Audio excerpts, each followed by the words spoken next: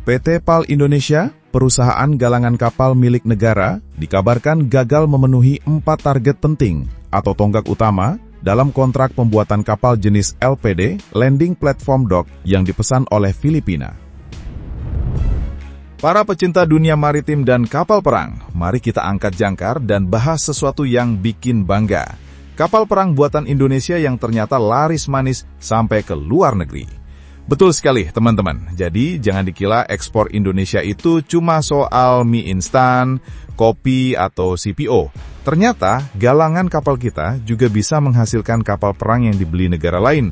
Bahkan ada yang sudah berlayar gagah di lautan dunia dengan bendera asing berkibar di atasnya.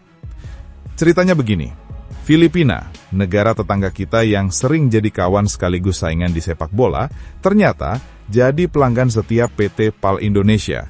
Mereka beli kapal perang jenis Strategic Sea Lift Vehicle, atau gampangnya kapal angkut tempur raksasa yang bisa bawa pasukan, kendaraan tempur, bahkan helikopter. Biar lebih keren atau LPD, kapal ini disebut juga Landing Platform Dock. Nah, Filipina sudah pernah beli 2 kapal LPD buatan Surabaya, namanya BRP Tarlac dan BRP Davao del Sur. Katanya sih mereka puas banget. Jadi wajar kalau di tahun 2022, pemerintah Filipina tanda tangan kontrak lagi, kali ini untuk 2 kapal tambahan.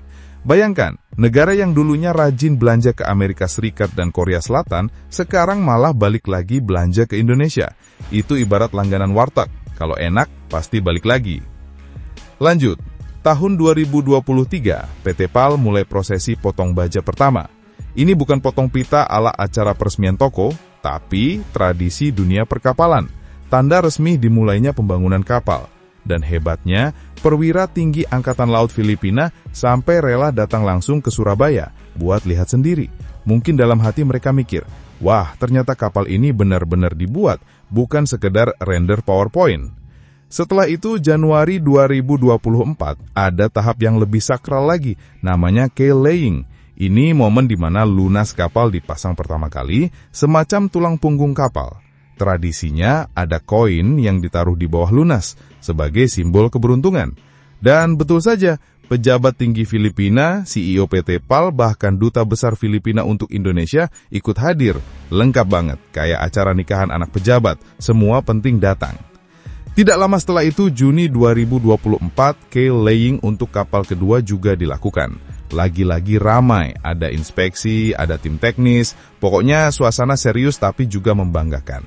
Karena setiap kali prosesi itu dilakukan, sebenarnya artinya satu, Indonesia lagi membuktikan kalau bisa bikin produk kelas dunia.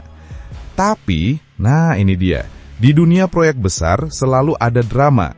Menurut laporan dari JNS pada Agustus 2025, PT PAL dikabarkan gagal memenuhi 4 tonggak utama dalam kontrak. Artinya ada keterlambatan dalam proses pembangunan. Ibaratnya janji ke calon mertua nikah tahun depan, malah molor sampai 2 tahun kalender. Tentu saja hal ini bikin heboh. Padahal sebelumnya Filipina sudah sangat percaya sama PT PAL. Mereka bahkan bilang puas dengan 2 kapal pertama. Makanya tender berikutnya dimenangkan Indonesia lagi. Jadi kabar keterlambatan ini agak bikin kaget. Apalagi di dunia militer, jadwal itu penting. Kapal bukan sekedar simbol, tapi benar-benar dibutuhkan untuk operasi di lapangan. Nah, pertanyaannya, kenapa bisa molor? Apakah karena kendala teknis? Apakah karena sumber daya manusia? Atau memang standar dari Filipina yang sangat ketat?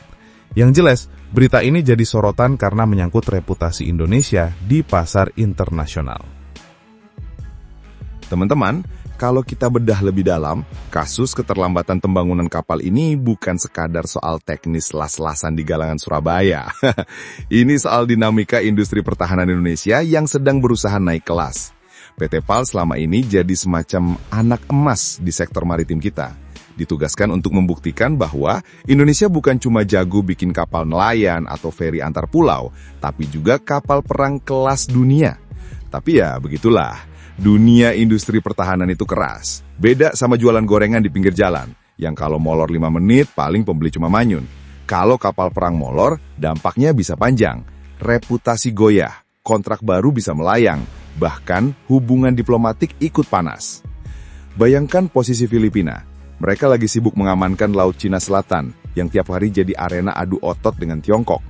Jadi, setiap kapal yang telat datang, ibarat pemain sepak bola yang telat masuk lapangan. Tim jadi timpang, strategi berantakan. Maka wajar kalau keterlambatan ini bikin mereka agak garu-garu kepala. Nah, dari sisi Indonesia, keterlambatan ini bisa jadi cermin. Kita punya kemampuan, tapi tantangannya adalah manajemen proyek, rantai pasok, sampai ke sumber daya manusia. Jangan lupa, membangun kapal perang itu bukan kayak bikin mobil mainan. Ribuan komponen harus sinkron, dari baja, mesin, radar, sampai ke sistem persenjataan.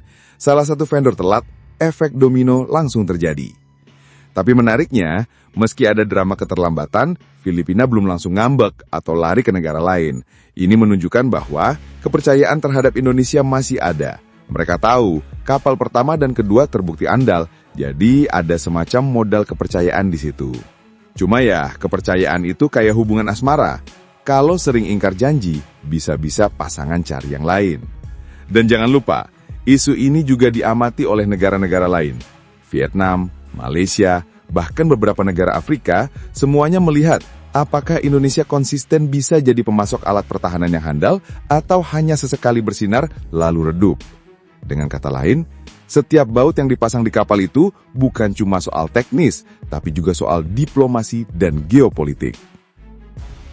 Teman-teman, kalau kita tarik benang merahnya lebih jauh, kasus ini bukan cuma urusan PT PAL sama Filipina, tapi juga menyangkut posisi Indonesia di peta industri pertahanan global.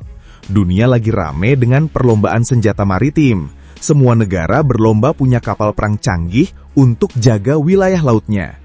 Nah, kalau Indonesia berhasil konsisten, kita bisa naik kelas dari sekedar konsumen jadi produsen yang diperhitungkan. Bayangkan, selama ini kalau ngomongin produsen kapal perang besar yang sering disebutkan Korea Selatan, Jepang, atau Eropa. Kalau Indonesia bisa masuk daftar itu, dampaknya luar biasa. Dari peningkatan devisa, lapangan kerja, sampai gengsi bangsa. Tapi ya itu tadi, kalau telat terus, kita bisa dicap tukang janji manis yang pandai promosi, tapi susah eksekusi. Di sisi lain, ada juga faktor politik dalam negeri. PT PAL ini bukan sekedar perusahaan, tapi simbol. Kalau sukses, pemerintah bisa pamer ke rakyat, lihat kita bisa mandiri di sektor pertahanan. Tapi kalau gagal, kritik pasti datang deras. Apalagi kalau ada isu transparansi anggaran, korupsi atau mismanajemen, wah langsung jadi bola panas di Senayan. Nah, menariknya lagi, proyek seperti ini sering jadi ajang tarik-menarik kepentingan. Ada politisi yang lihat ini sebagai kesempatan buat cari panggung, ada juga pihak swasta yang maunya impor aja biar cepet beres, lalu ada kelompok nasionalis yang teriak, produksi dalam negeri harus jalan, walau molor sedikit. Jadi ibarat pertandingan bola, ada yang main di lapangan, ada yang teriak di tribun, tapi semua merasa paling tahu strategi. Apalagi kalau bicara geopolitik kawasan, Laut Cina Selatan lagi panas-panasnya, dan semua negara di Asia Tenggara sedang menghitung kekuatan armada mereka. Kalau Indonesia bisa kasih kapal tepat waktu, kita bukan cuma dapat uang, tapi juga dapat reputasi sebagai penjaga kunci stabilitas regional. Sebaliknya, kalau gagal, bisa jadi negara lain meragukan kemampuan kita, lalu lirik vendor lain macam Korea Selatan atau Turki. Thanks banget buat yang udah nonton sampai habis. Kalau suka, ya di-like aja. Kalau merasa cocok, langsung subscribe. Dan kalau jempol udah gatal pengen ngetik, antem aja tuh kolom komentar. Mau debat? Boleh. Mau bercanda? Gas. Yang penting sopan.